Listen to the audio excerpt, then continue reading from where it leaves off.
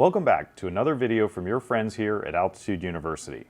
In this week's video, we're going to discuss pre-flight checklists. A good checklist will significantly help in keeping your flights operating efficiently and safely. Stick around and learn our tips on how to make sure every takeoff is a safe one.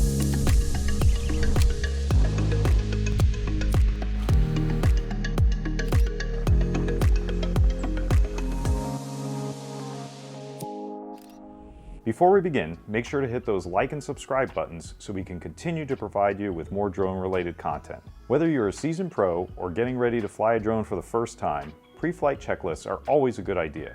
A good checklist will help ensure your flights are safe, efficient, and successful. Our pre-flight checklist is an excellent place to start. Some manufacturers include checklists with their drones. If the drone you fly comes with a list of things to do before taking off, follow those steps and add our suggestions to this list rather than replacing it. If a manufacturer makes it a point to give you a pre-flight checklist, you should always follow it. Before we take to the skies, the first step is to inspect our drone thoroughly. Look for any physical damage, loose parts, or signs of wear and tear. Pay close attention to the propellers and make sure they are securely fastened. Check the batteries for any signs of damage or swelling and ensure they are fully charged.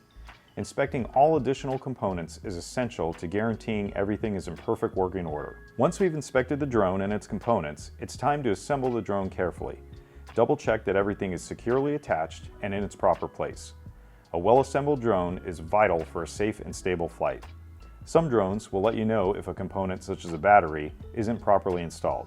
It's great when a drone can do this, but ultimately, the pilot in command is responsible for properly assembling the drone before the flight. Now that our drone is ready, let's set up the remote. Ensure the remote is powered on and that all the controls are functioning correctly. If the drone's remote doesn't come with a built-in screen, make sure your smartphone or tablet is properly connected and fully charged. This step is crucial for maintaining full control over your drone during the flight. If you are using a phone or tablet and the battery dies, it can be difficult to control your drone and can even cause an accident. With both the drone and the remote ready, it's time to turn on the power. Depending on the type of drone you have, some models will want the remote turned on first and then the drone, or vice versa. Always defer to the manufacturer's guidelines when deciding which piece of equipment to turn on first.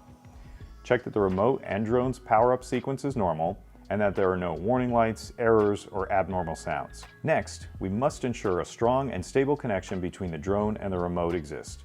Verify that the controller is paired correctly with the drone and that the signal strength is reliable. If there are any issues with the signal strength when the drone and remote are next to each other on the ground, those problems will only become worse as the drone gets further away from the remote. The software and firmware of your drone play a crucial role in its performance. Before takeoff, make sure both the drone and the remote software or firmware are up to date. This step ensures you have access to the latest features and fixes any potential bugs. Sometimes, the update requires a Wi-Fi connection, so make sure to check for updates before you are out in the field, where cellular or Wi-Fi signals may be limited. Once everything is powered up and connected, calibrating the compass is essential for accurate flight control and navigation. Find an appropriate location, away from metal objects or magnetic interference, and follow the calibration guidelines given to you by the drone. Never fly your drone if the calibration has an error. Now that we've covered the technical aspects, let's move on to the environment. Ensure you're flying in an area with good satellite coverage, as this enhances the accuracy of GPS positioning during the flight. The more satellites you're connected to, the better. Once all of these steps are completed, your drone will be ready to go, but you'll still need to do a few more things before takeoff. Weather conditions, especially temperature, precipitation, and wind speed, are extremely important to any aircraft, including drones. Make sure to check the current weather conditions in your area and ensure operating your drone in these conditions is within both the manufacturer's guidelines and your capabilities as a pilot. For every drone pilot, safety should always be your top priority. Before taking off, check the airspace regulations and ensure you have clearance to fly in the area. Make sure the immediate area around you is safe, free from people and obstacles, or any potential hazards. Depending on where you are flying, it may be a good idea to wear a reflective vest and cone or rope off the area where you will be taking off and landing. Finally, after completing this list, it's time to take off. Slowly increase the throttle and observe that your drone responds correctly to your commands. Ascend to a safe altitude, usually about eye level, and hover for a moment to verify everything is functioning as expected. Congratulations, you've completed the pre-flight checklist and are now ready for a safe and enjoyable flight. Remember, Taking the time to go through these steps is essential for every drone pilot, no matter your experience level.